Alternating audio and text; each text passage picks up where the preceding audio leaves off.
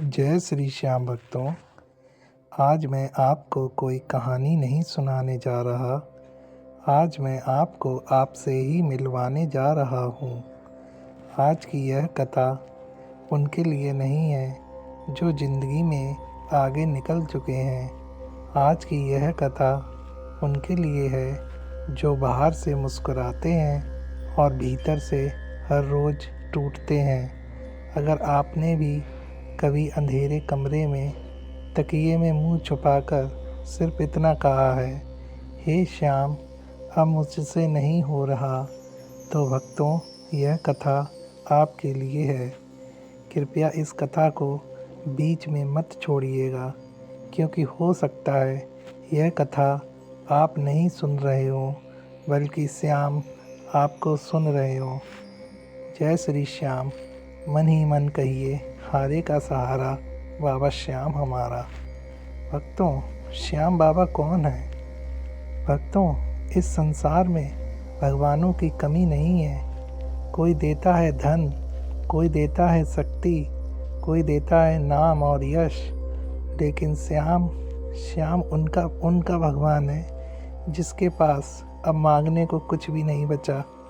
जब इंसान सब कुछ हार जाता है ना, तो वह किसी बड़े मंदिर की सीढ़ियाँ नहीं चढ़ता, वह सीधे श्याम के चरणों में गिरता है, क्योंकि श्याम जीत के देवता नहीं, श्याम हार को अपनाने वाले भगवान हैं। कथा अब शुरू होती है। कलयुग की ही बात है भक्तों।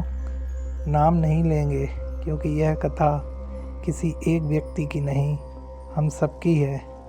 एक इंसान था, मेहनती, ईमानदार, लेकिन किस्मत जैसे उसके ही खिलाफ बैठी थी। काम किया पर फल नहीं मिला, भरोसा किया पर धोखा मिला, लोगों के लिए जिया पर अकेला ही रह गया। एक रात वह छत पर बैठा था, शहर सो रहा था और उसकी आंखों में नींद नहीं, बस सवाल थे।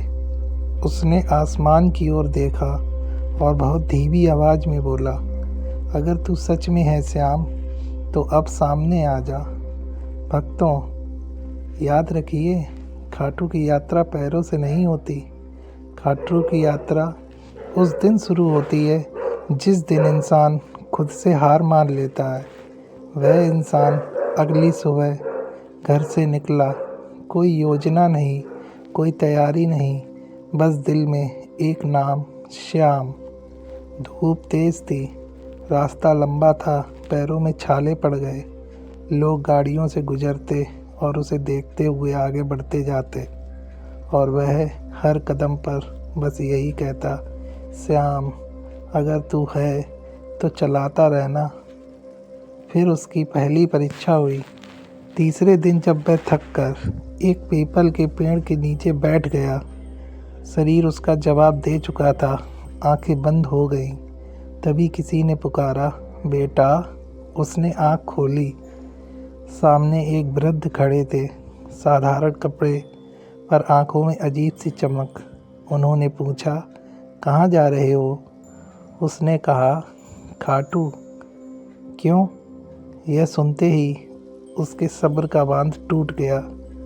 उसने कहा, क्योंकि अब हार के अलावा कुछ बचा नहीं। वृद्ध मुस्कुराए, झोली से थोड़ा सा भोजन निकाला और बोले, खा ले।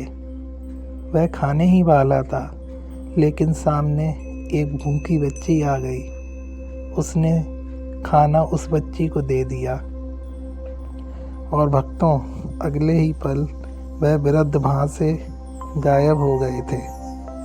फिर उसकी दूसरी परीक्षा। शाम को भारी बारिश शुरू हुई। वह एक आश्रम पहुंचा। भीतर लोग थे, आग जल रही थी, लेकिन उसे देखकर एक आवाज़ आई, यह बाहर बैठेगा।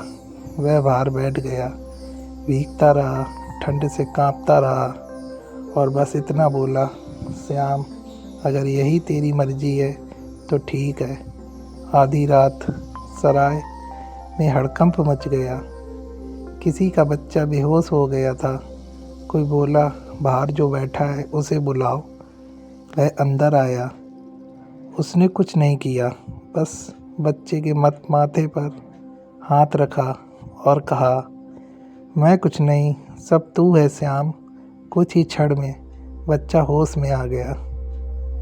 उस रात उसने स्वप्न देखा, नीला प्रकाश, घोड़े की टापें और एक स्वर, अभी नहीं, कल मिलेंगे। उसकी आँख खुली, आंसू बह रहे थे। भक्तों, जब वह अगली सुबह खाटू पहुंचा तो मंदिर के बाहर भीड़ थी। सबके हाथों में फूल, हार, प्रसाद और वह खाली हाथ था। वह कोने में बैठ गया, सिर झुका लिया और बोला, मेरे पास देने को कुछ नहीं है श्याम, बस यह मेरी हार है। और भक्तों, वह बेहोश हो गया। तभी मंदिर में घंटियाँ बजने लगीं, अपने आप बजने लगीं। श्याम के गले का हार हिलने लगा और धीरे धीरे उतरकर उस भक्त के गले में आ गया। पूरा मंदिर स्तब्ध रह गया। किसी ने कहा, बाबा ने स्वीकार कर लिया है। वह एक प्रकाश में खड़ा था। सामने श्याम मुस्कुराते हुए बोले, जो जीत जाता है उसे दुनिया मिलती है और जो हार जाता है उसे मैं। उन्होंने हाथ रखा, जा, अब तू अकेला नहीं। उसकी ज़िंदगी कोई कहानी नहीं बनी, लेकिन वह कभी फिर टूटा नहीं, क्योंकि अब जहाँ वह खड़ा होता था वहाँ श्याम खड़े होते थे। और जब कोई उससे पूछता था, अब क्या करूँ, वह बस यही कहता, हार मत मान, अब श्याम की बारी है। भक्तों, अगर यह कथा आपके दिल को छू गई हो तो समझ लीजिए यह संयोग नहीं था। कमेंट में सिर्फ 2 शब्द लिख दीजिए, जय श्री श्याम, क्योंकि जो नाम लिख देता है उसे श्याम पढ़ लेते हैं। हारे का सहारा बाबा श्याम हमारा, हारे का सहारा बाबा श्याम हमारा।